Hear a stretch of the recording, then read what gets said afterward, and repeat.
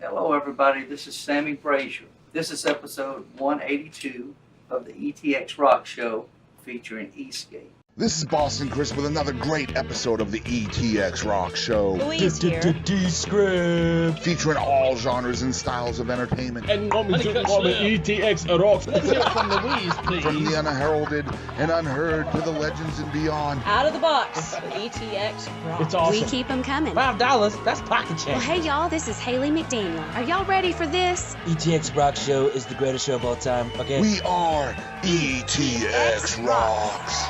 The ETX ROCKS Show is the best show of all time, say? The other shows, you're good, you're real good. As long as we're around, you'll be second best, say? Cut. Hey guys, it's Ali Venable. I'm here at Everything That Blings. Thank you for tuning in to the ETX ROCKS Show. Hey guys, Boston Chris here with the ETX ROCKS Show. You guys should check out the Jefferson Burn Rally, which is Friday, Saturday, and Sunday, October 13th to the 15th. Michelle, tell us about the Burn Rally. Hi, this is Michelle, and I'm the event coordinator with the Jefferson Burn Rally. This is what we have going on this year. We will be having live music both Friday and Saturday featuring 22 bands from 3 stages, including Darren Morris, Geneva, White Trash Wannabes, Captain Joe Band, Kiss Tribute Band, Love Gunners. And many, many more. That's awesome, Michelle. 22 bands, 3 stages, and 2 nights of live music. What else do you have going on? Hello, Boston. We have vendors, food vendors. We have R32 stunt team. We have a poker run, a trivia walk, and first time ever, we have the Dino Drag contest. And much, much more. That is amazing. And Michelle, I heard that you have something going on with motorcycles. Yes, we have motorcycle games and we have a bike show as well. The event goes through till Sunday, and we have a church service for all bikers that would like to attend 10 a.m. with the CMA. And so how much is it to get into the Jefferson Burn Rally? It's only $20 and it's an all-access wristband. So you can pay $20 and come out anytime, all weekend long. All weekend long. Awesome. Okay, so people know what the Jefferson Burn Rally is, but who does it benefit? Benefits children that are burn survivors. We raise the funds and awareness, and we send it to the Percy R. Johnson Burn Foundation and Camp I'm Still Me. We send them to camp for a whole week, all expenses paid, and they get to be themselves. And when they get to camp, they are around others that are like them. Where do folks go to come enjoy this rally? Downtown Jefferson, Polk Street and Austin Street. So guys, check out the Jefferson Burn Rally, October 13th through the 15th in downtown Jefferson. On the corner of Polk and Austin, you can get your tickets right there. Go out for a good time, for live music, all kinds of other cool stuff to do for a good cause benefiting the Percy R. Johnson Burn Foundation and Camp I'm Still Me. For more information on the Jefferson Burn Rally, look them up on Facebook at facebook.com/Jefferson Burn Rally. Hey guys, Boston Chris here with another great episode of the ETX ROCKS Show. This is episode number 183. We're in the month of September 2017, and we're sitting here with Eastgate, which is a band kind of between Longview and College Station in the Oakwood area, Palestine down that way, but you guys are also kind of all over the place. All over. I'm going to introduce everybody. It's Randy, Taylor, Aaron, and Mitchell. Mitchell's kind of a alternate guitarist, I guess, and Jerome couldn't be here today. What is up with that, by the way? It's always the percussionists that don't show up, or they're late, or... I'm denouncing his beard now. Shame on you, Jerome. Jerome. And I just noticed that he just liked our page, so I know he's active. I know he's still alive out there. He's the worst hooky player ever. Yeah. He's just like, I can't make it, I'm totally sick. Like, comment. Not cool, Jerome. But yeah, we're really excited to have Eastgate on the show. It's really hard for me to kind of put Eastgate in a box. They're, as a guy who grew up with 90s alternative rock and stuff like that, Nirvana, grunge, all of that sound from back in that day, these guys kind of remind me of that kind of vibe from the 90s, mixed with kind of, today's scene as well. You'll see on the show that Taylor's vocals are just amazing, and it's cool to see a female lead in the rock band again, especially locally. So you guys are going to play a couple of songs for us, a couple of originals.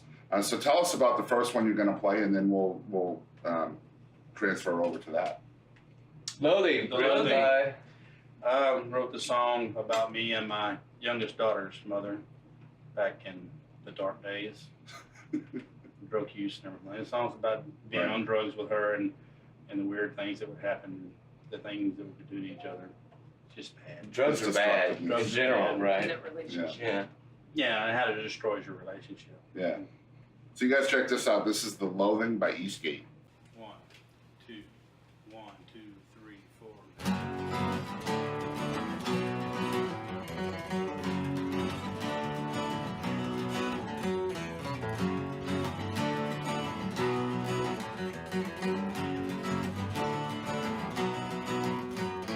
And it came to me like a static charge. The reasons for who we are, embedded in our everything. Hyperextended reasoning. I can feel your ambiguous love for me. I can hear your symbolic mumbling. You twist and tear at my suffering. Resurrection of our demon thing. We're sitting so alone, still taught in what we've done. Our sanity's far gone. Here in the loathing, you slipped and we fell, just deep in a hell. Now this is where we dwell. Here in the loathing.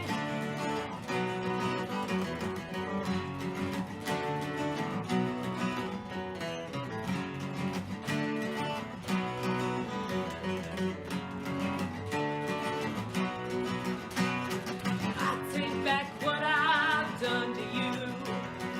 All the sickness I put you through. Superimpose on your episode. Don't hold back, don't slow down the road. As our skin starts a tingling, our blood boils as our ears ring. The serum will save from all your pain. Where am I and what's your name? We're sinking so low, still taught in what we've done. Our sanity's far gone. Here in the loathing, you slipped and we fell, just deep in a hell. Now this is where we dwell. Here in the loathing.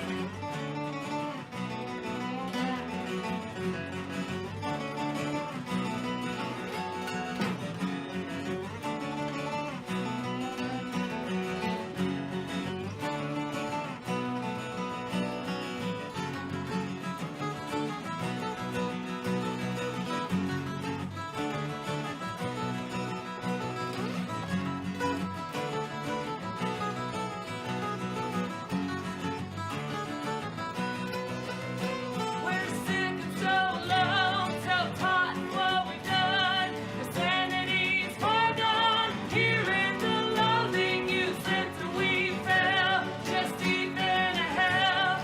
Now this is where we dwell. Here in the loathing.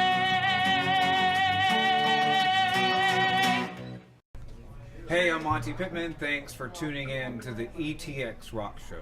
All right, guys, that was the Loathing by Eastgate. Y'all please check out this message from our sponsors, Mobile Audio and Video Production and Jefferson Burn Rally and the School of Music 101. We want to thank our sponsors. Y'all check out these messages. This is important, so grab a pen.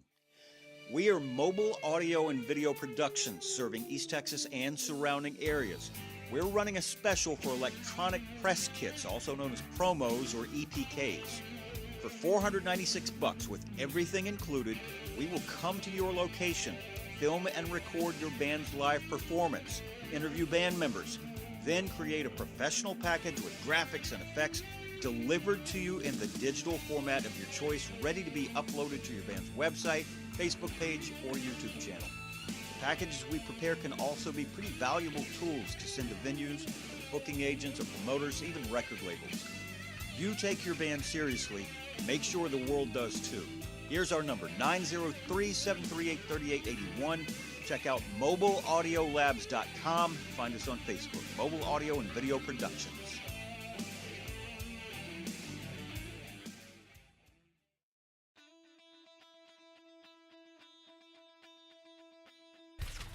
Hey everybody, this is Sammy Brazier at the School of Music 101. We are a full-service music store. We service everything we sell here. We do guitar repair, strings, whatever you need your intonation set on your guitar, bring it in. We do it right here. We sell new and used guitars, amps, sets. Trade-ins are welcome. Bring your old gear in, get some new gear. Come on. We're doing guitar lessons, bass lessons, keyboard, drum, trumpet. We have some of the best teachers in East Texas. Terry Salyer's been with us. Toby Phillips. I have Daryl Gann on keyboard. Val Nell. All styles of music. We like to have fun with music, and we teach them, songs that they want to learn, and maybe a little music theory mixed in there with it. But we try to make it fun. We have 2 recitals a year. We're also going to do a battle of the bands, a battle of the lead guitar players. We're starting a new program that's called Garage Band, and what we're going to do is we're going to get some of these young people together, and they can form a band. And after a couple of months of them rehearsing with a mentor as a band, we will let them play at a local venue and invite their parents out and things like that, just to try to make it fun for them. The first lesson is on us. It's free, so come on out, sign up. And by the way, we have a special this month. If you don't own a guitar, you don't own an instrument, we're going to furnish one for you so you can see if you like taking lessons and maybe you want to pursue it and buy that instrument or another one somewhere. We also have a video production company. If you need them to come out and do your birthday or your graduation, whatever, we can provide it for you. Here are some of the students that make us really feel good about teaching. Some of the success stories, for instance, Allie Venable. She started when she was 12 years old. She's doing records. She's playing all over the country. Reese Malone, who started when he was maybe 10 years old. I can remember him coming in at 10 years old and wanting me to show him some Jeff Beck. So I knew he was going to be good. The store is open weekdays Monday through Friday from 10 a.m. to 6 p.m. Saturdays we're open 11 to 3. We're located in Hallsville, Texas, 300 East Main Street, Hallsville, Texas. I'm Lauren's mom, Susan. We started lessons about 6 weeks ago, heard about him through a friend, and it's just been a really good experience. She's enjoyed it and looking forward to the next lesson. Y'all come on down and see Amy. She's at the School of Music. You'll probably find her behind the cash register. The store number is 903-660-7333. If you can't get us there, call me on my cell, 903-987-9639. We are School of Music 101, where school is cool. All right, and we are back with more from the band Eastgate from right here in East Texas. Again, we've got Randy Stevens, Taylor King, Aaron Folsom, and Mitchell, I don't know his last name yet. The guy. Mitchell the guy. He's the Ryan Seacrest of the band. I'm the tourist of the band. He's the best. So we got to see you guys a couple of weeks ago at Herman D's, and one thing that I really love about this band is you guys are a high energy band. You're screaming sometimes. You're all over the place with genre and style, but yet you guys put on a 4-hour show. You can do that, and it impressed me with your vocals because it's hard to keep up that energy vocally for 4 hours.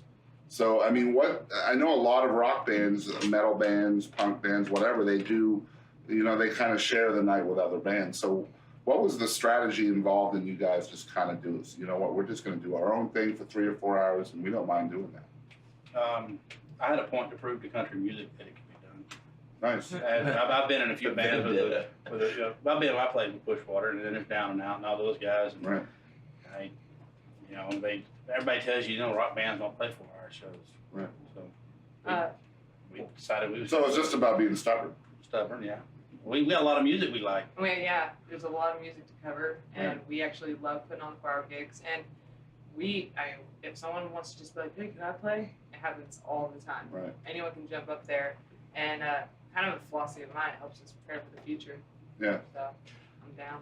My take on it is I've been playing music for a good while, and I'm glad to be in a band for once that just everybody co-inhabiting with their own styles. Usually everybody pigeonholed. You said we're kind of all over the board. Well, that's because we share a yin and yang. It kind of goes lighter to heavier to funkier, back and forth. Because in these 4-hour shows, we play all these stuff that inspire us and over the years and keep us going in our own musical life.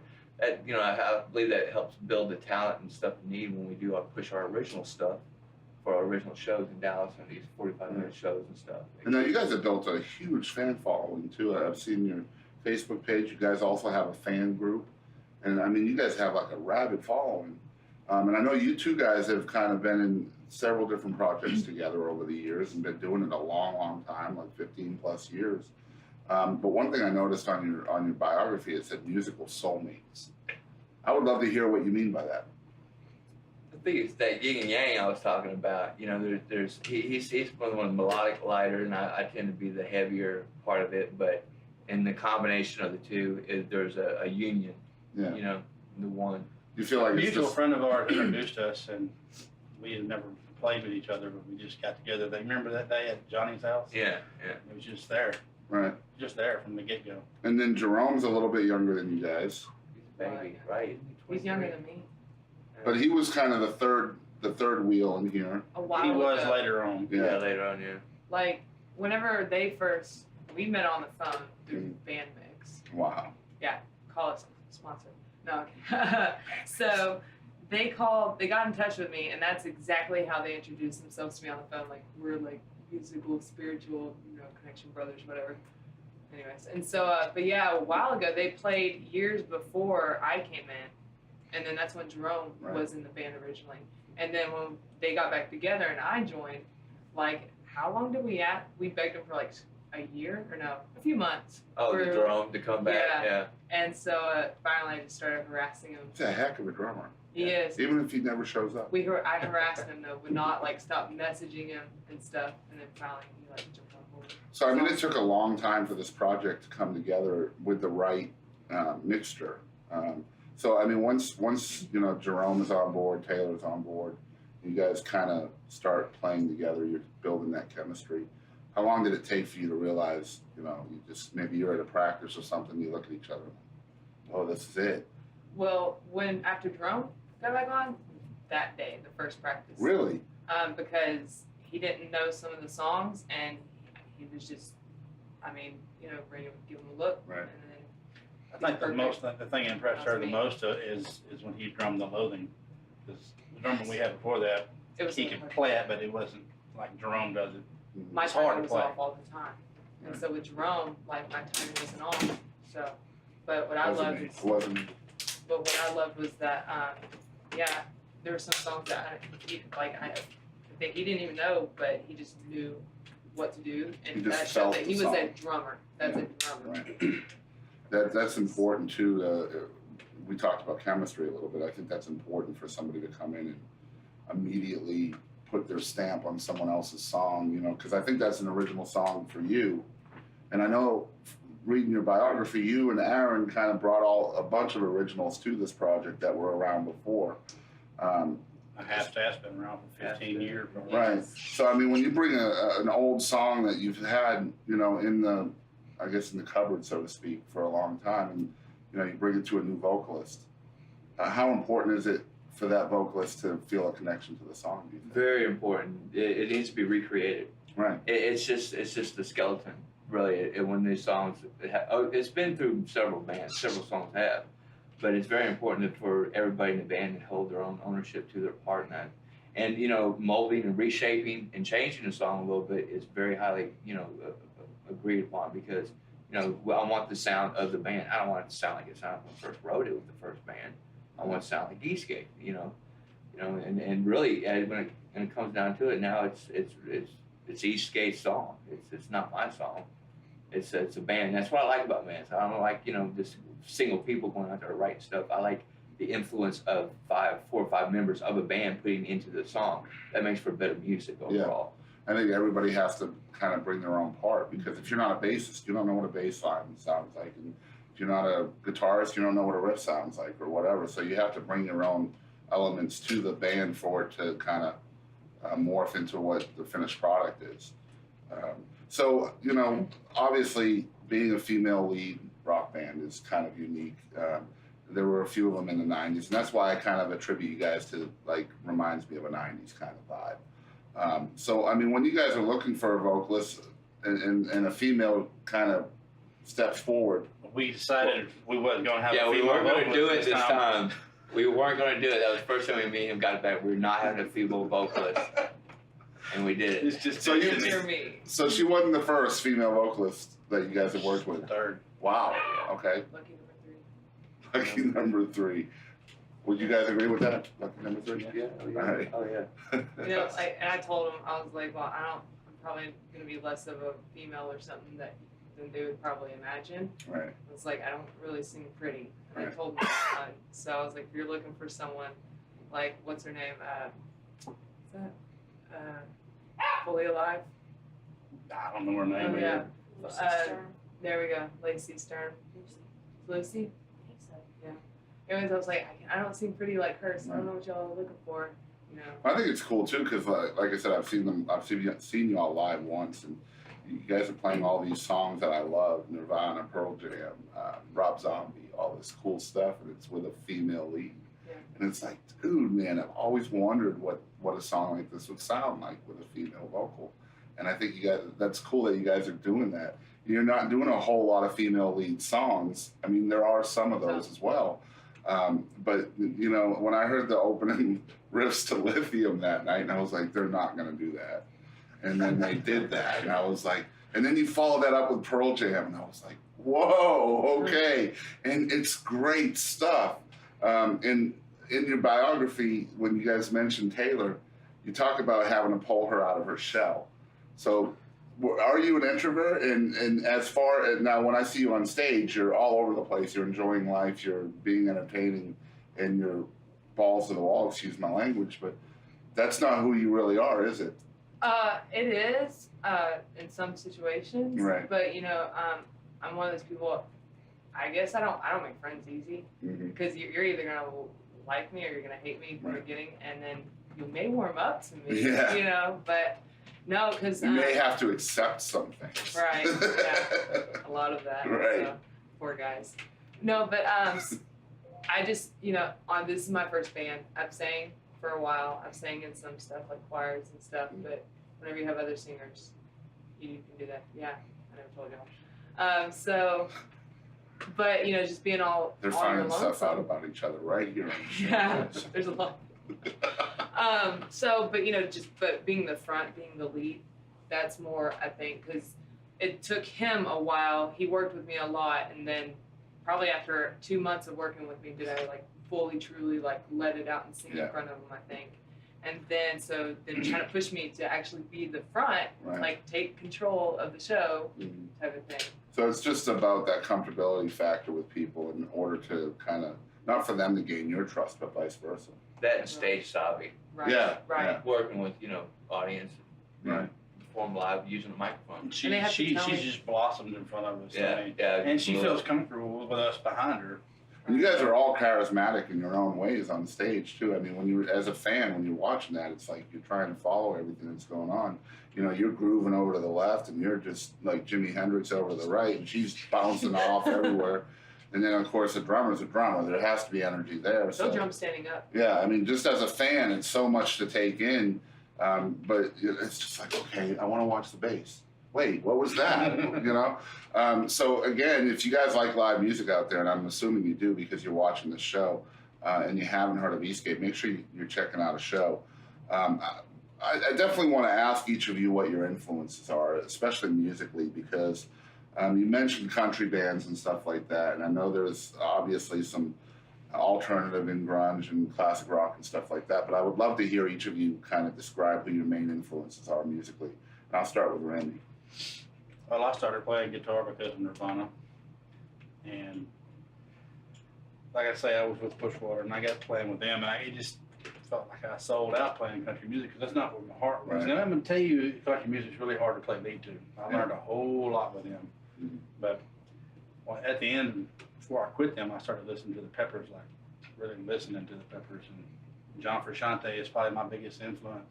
I like the way he plays, very cool, stuff like that. So that's where my playing style kind of comes from.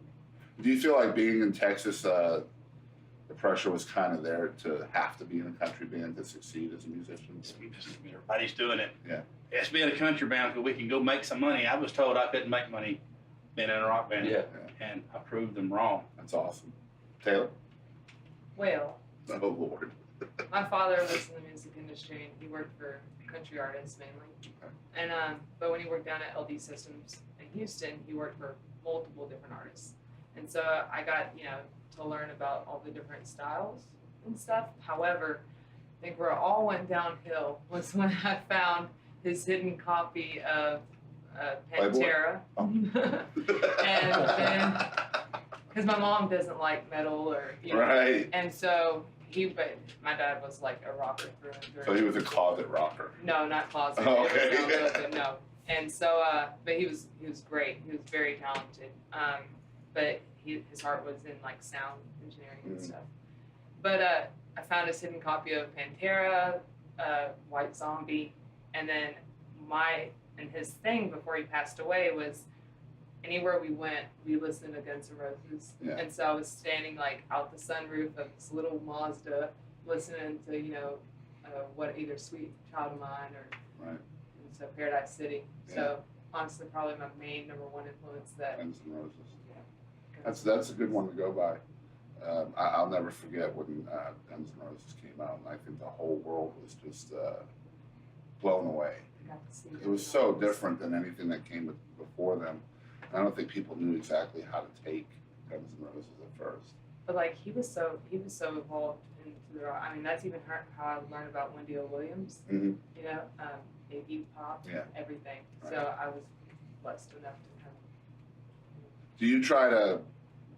I don't want to say mimic, but Yes, like if I hear someone, I don't know where you're going. Yeah. Sorry, but yeah, if I hear someone and I'm like, oh, I like that. Right. I mean, because that's how you learn. You hear something, you want to try and do it, and then. well, I know a lot of vocalists and songwriters as well will try to take different elements from different people that they like and just add We're it to all what thieves. they do. Yeah, absolutely. There's nothing wrong with it. That's how you learn. What about you, Aaron? Major influences. What sparked the fire as far as rock and roll and music was, I'm gonna age myself a little bit here, but it's finding a record player. Just we're trying to figure out what it is. Bored in the country as a kid, found a couple records. Okay, this goes with this, and I laid the needle down on Steve Miller Band and Big Old Jet Airliner, and that was probably the start of it. But growing up in the '90s was with the grunge and everything else was probably my big influence as far as getting into it. This is who I am. When you're growing up and this is who I am and this is about me and this is what you get into. But over the years, I've expanded to so much more. Mike Patton, Les Claypool, are still I strongly follow those guys and anything they do. Les Claypool's been in so many projects and Mike Patton's had this amazing work with electronic and live together. But it's just really all over the board with me with different stuff. But It's cool, and I know. Were you always kind of in love with the bass, or is it just? Yeah. Well, tell them that story. Yeah. I wanted to keep a gig in a rock band. No one wants to play the bass. There, all the guitar players. That's what I was asking for. Yeah, because a lot of people say a bassist is just a failed guitarist. Yeah. Well. Yeah. Well, I played guitar for a long, long time, and it's just like, well, I could always find a guitarist, but I could never find a bassist. So I'm gonna play. We'll keep this organized. I'm gonna be on the bass, and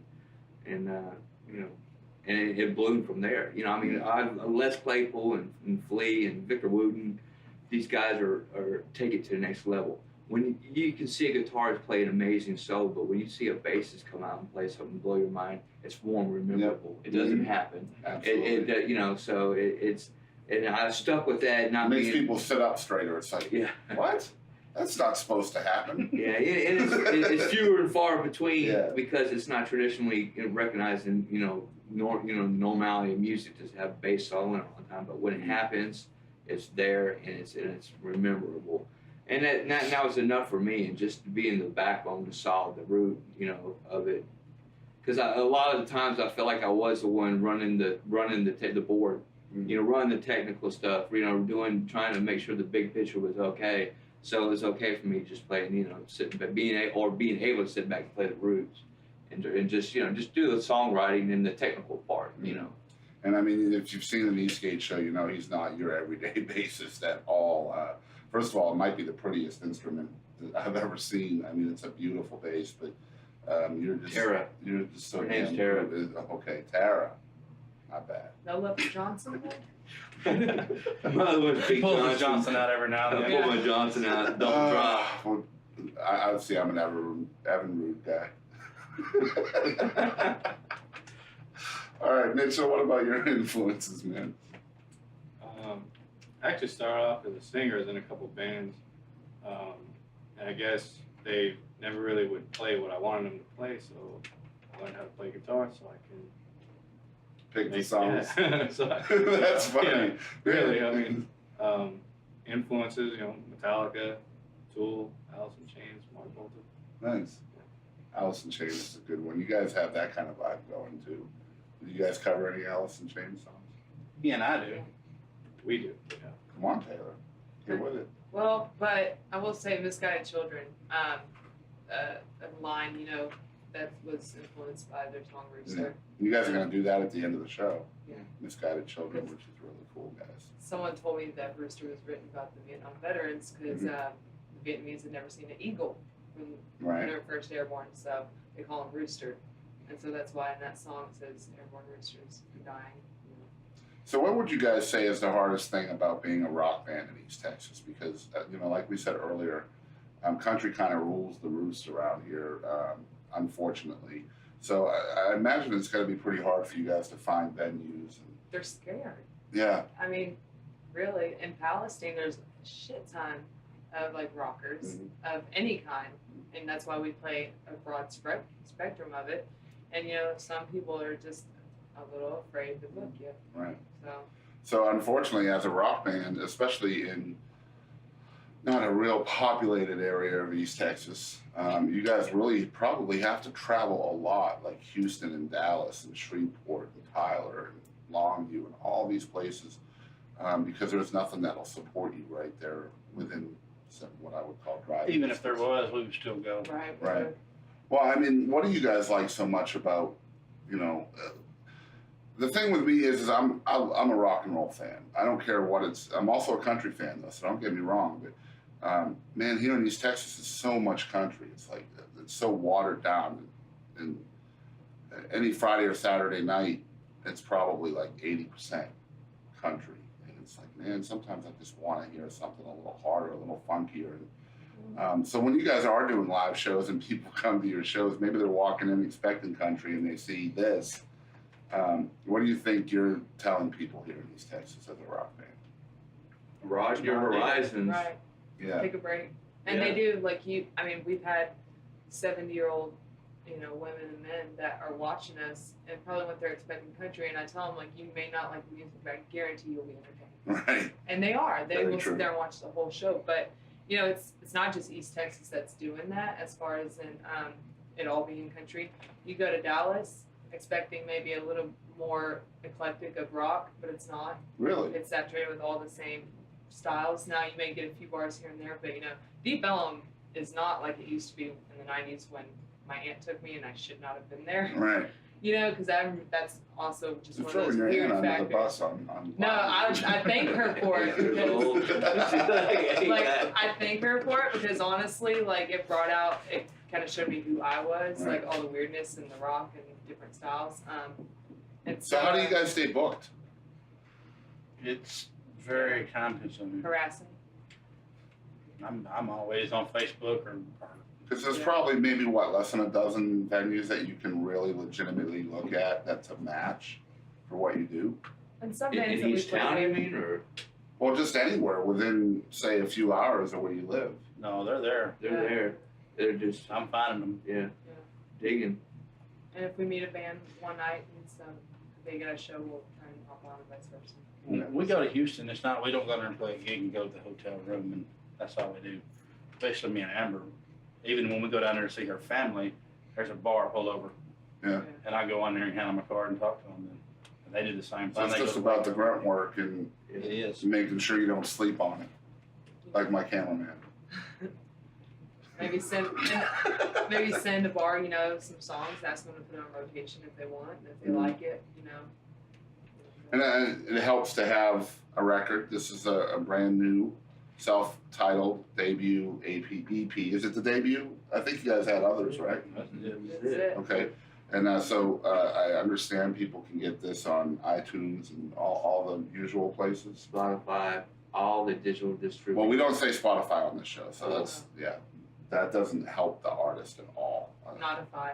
Yeah, It's on Notify. That's right. Yeah. But it's a 4-song EP.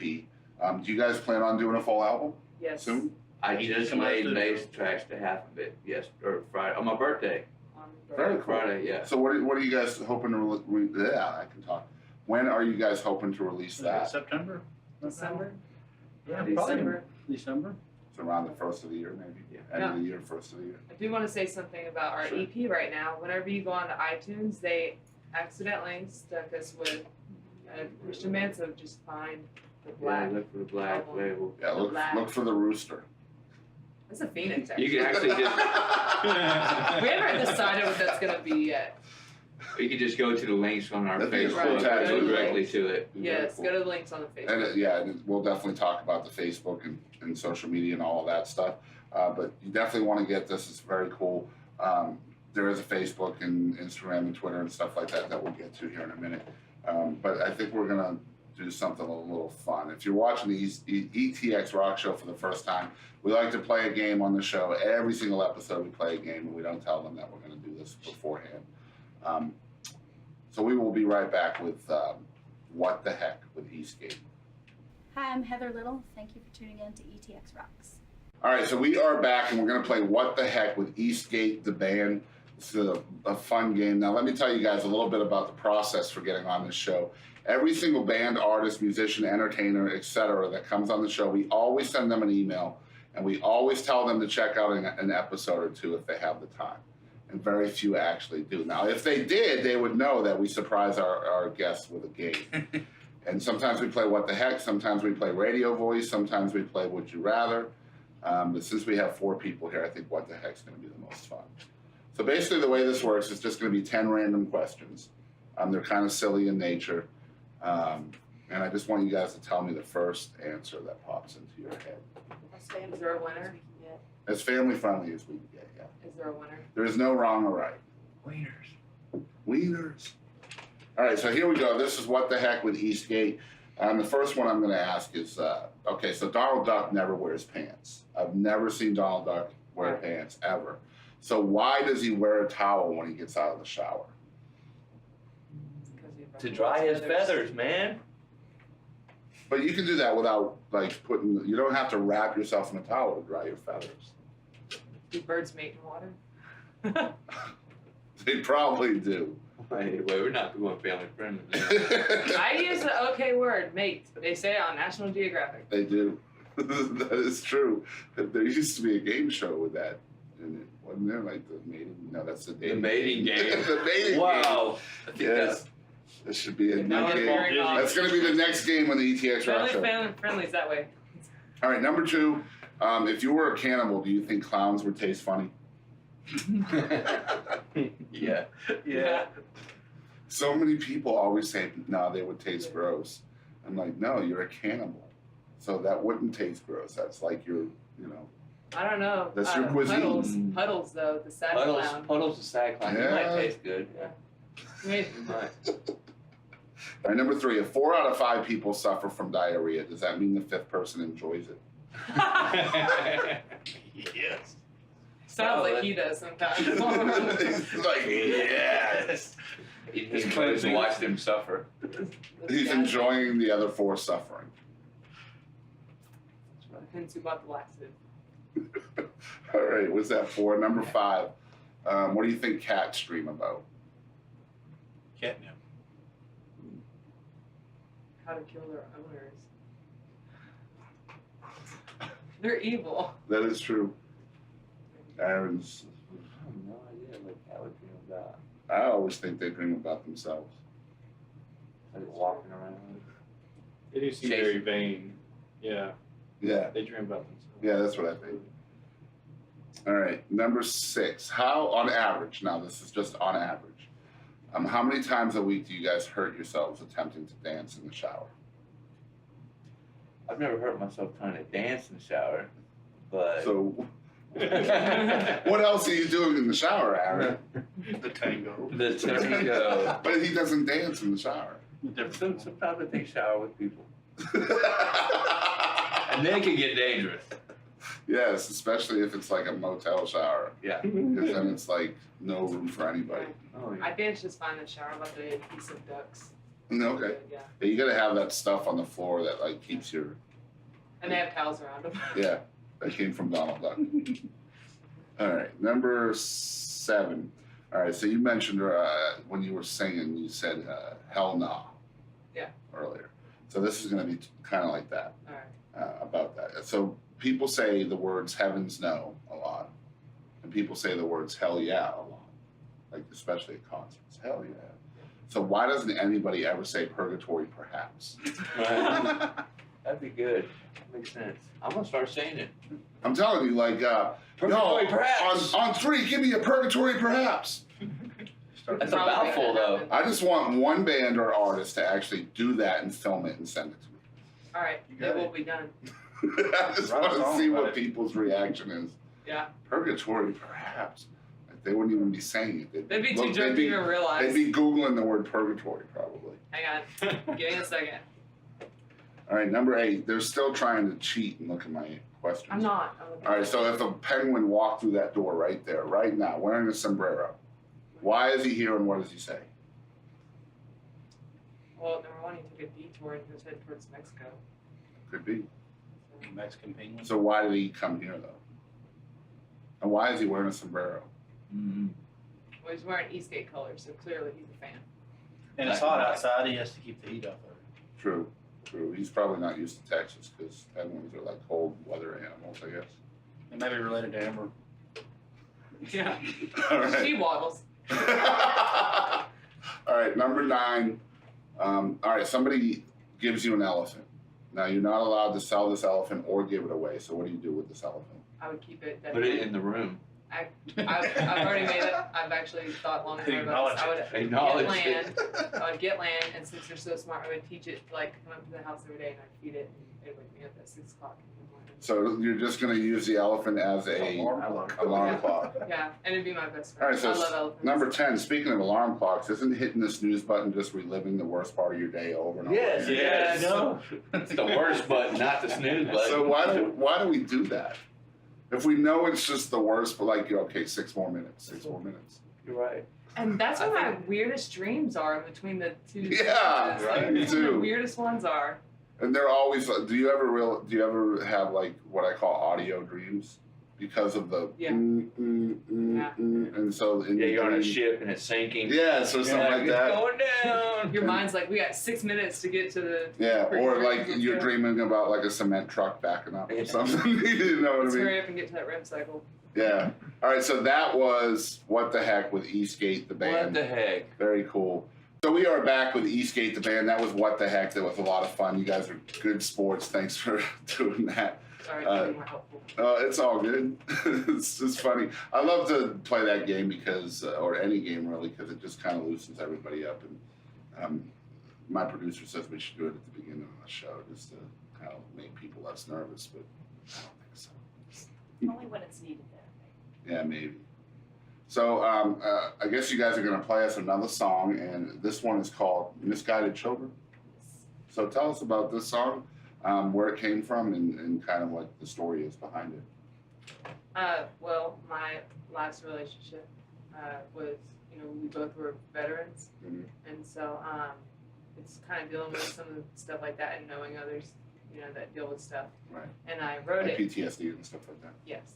Okay. And so I wrote it actually because after done working out, I was listening to military cadences while running. So I still had that kind of tune and stuff stuck in my head. So I wrote lyrics and sent it to him, and then he wrote songs, and it just developed. Very cool. And then he helped a lot with I know. chords. We all help. He helps. We're all helpers. All helpers. So you guys check this out. This is called Misguided Children by Eastgate.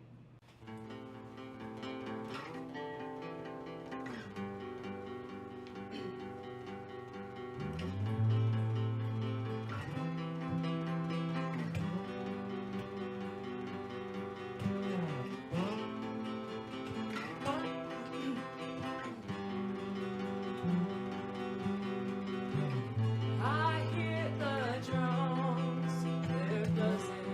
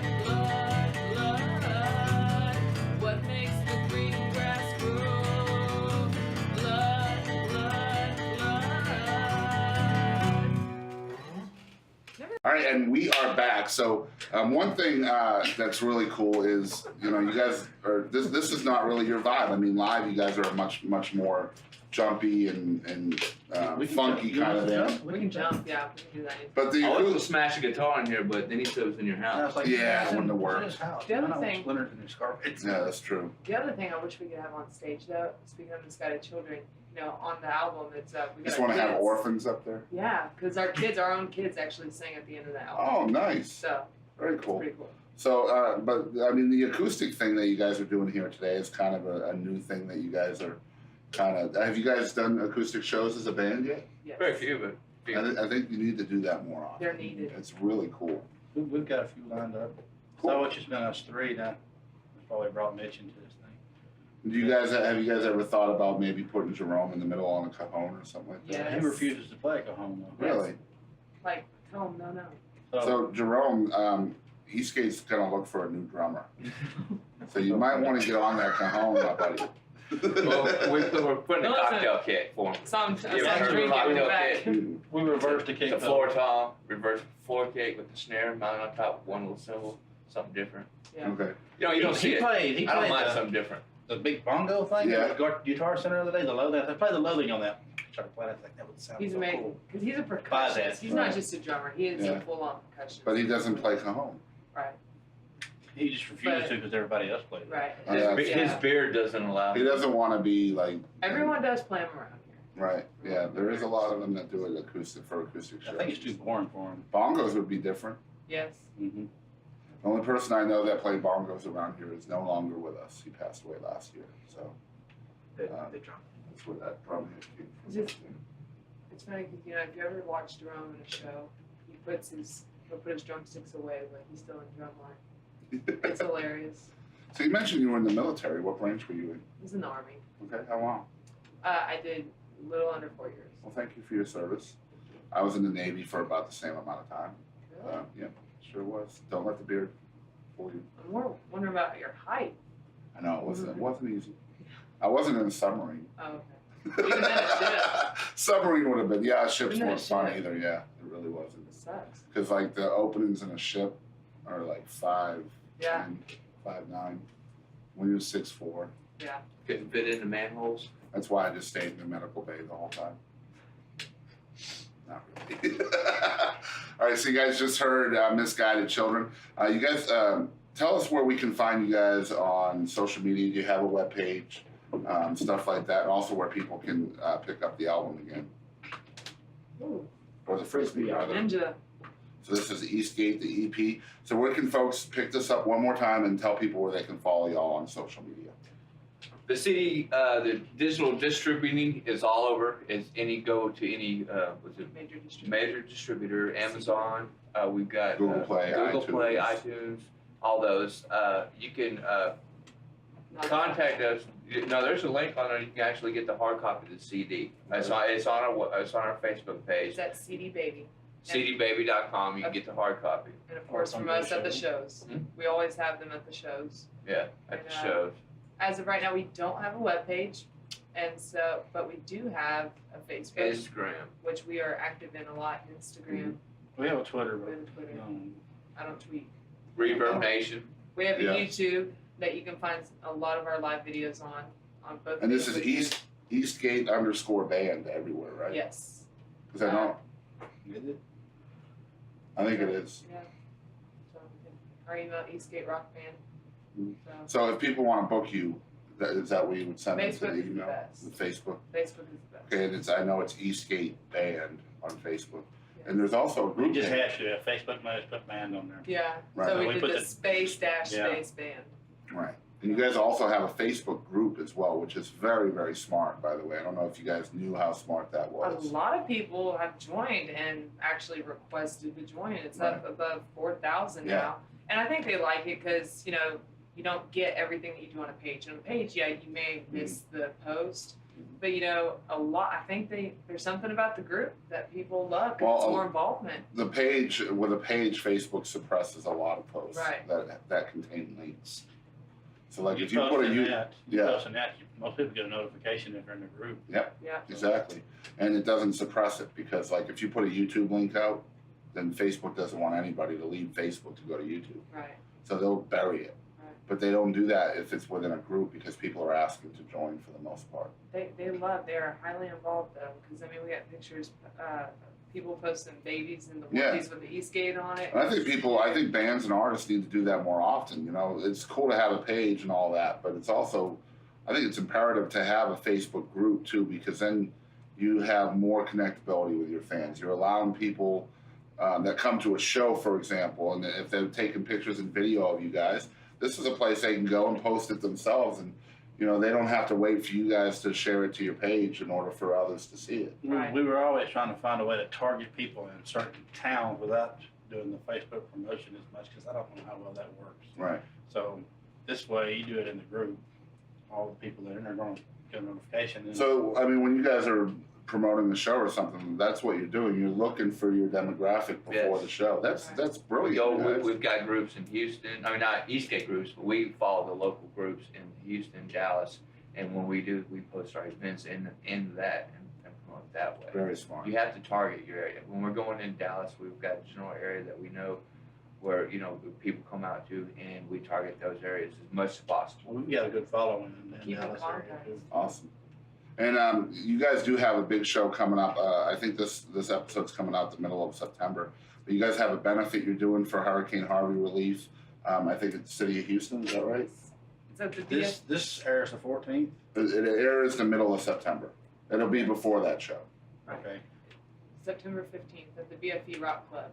What was? Is that in Houston? Yes. Okay. It was originally a show with Austin Winkler, formerly from Hinder. Right. And since the hurricane, John from the BFE, it's his birthday bash, and he decided to make it into a benefit for everyone. And even more bands now are hopping on, so it's getting bigger. And I think right now it's still going to be all acoustic sets, but I'm not sure. But there are still some people that were going to be arriving.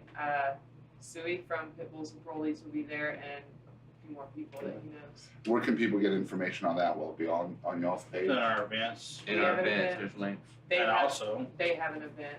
for they have an BFE. event. Also, the following, the Saturday after that, we're playing up at the Players Club. Very cool. Longview.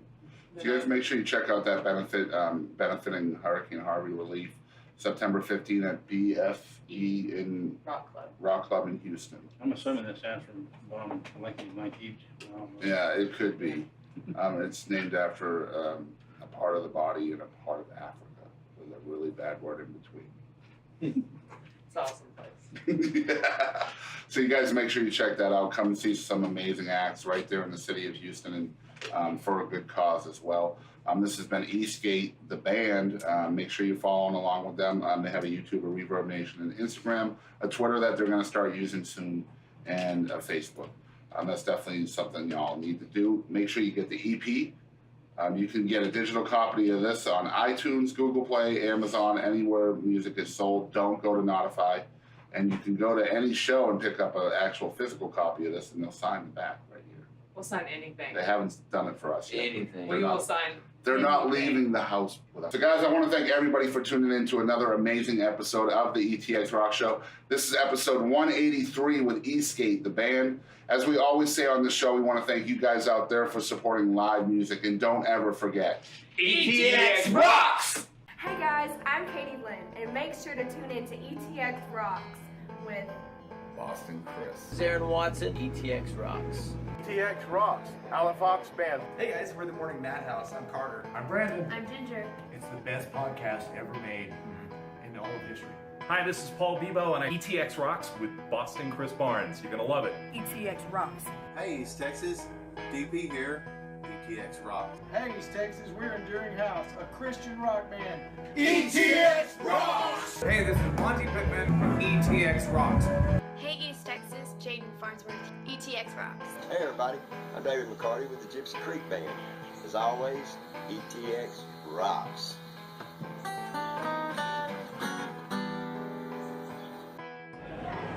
Hey guys, this is Chris Colston. Thanks for tuning in to the ETX ROCKS Show. The ETX ROCKS Show. The ETX ROCKS Show. Ho! Hey folks, I'm WWE Hall of Famer Hacksaw Jim Duggan, and I just want to make sure you support local music. Hi, East Texas. This is Chris Wayne. And Crystal Clark with KYKX 1057. ETX rocks. Hey, East Texas. We're Lady Chaz and the Tramps. And just remember, ETX rocks. Hey, this is Todd Freeman of ETX Rocks with Boston Chris. Hey, East Texas, I'm Waylon Hicks, and remember, ETX rocks. Hey, what's going on, guys? This is the one and only SP and Mexicano con Estilo. Make sure to support your local music, and ETX rocks. Hello, we're one way home. Hey, East Texas, this is Teaser. Please continue to support local music. And always remember, ETX rocks!